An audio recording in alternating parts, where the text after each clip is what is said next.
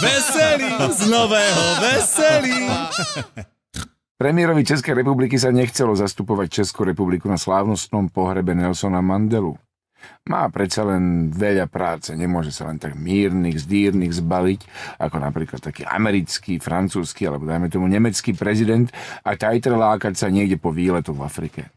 Nášmu reportážnemu mikrofónu sa podarilo zachytiť, ako na tento ďalší trápny škandál reagovali osoby najpovolanejšie, dvaja starí priatelia.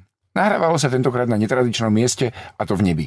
Vašku kamaráde, já slyšel, že ten váš premiéra tam u vás dole nechce na můj pohřeb. Kamaráde Mandelo, že buď rád, že jel jenom ministr zahraničí, že já byl ve strachu, aby nejel přímo Miloš, že protože víš, jak on to má na slavnostních příležitostech, že s tou jeho výrozou.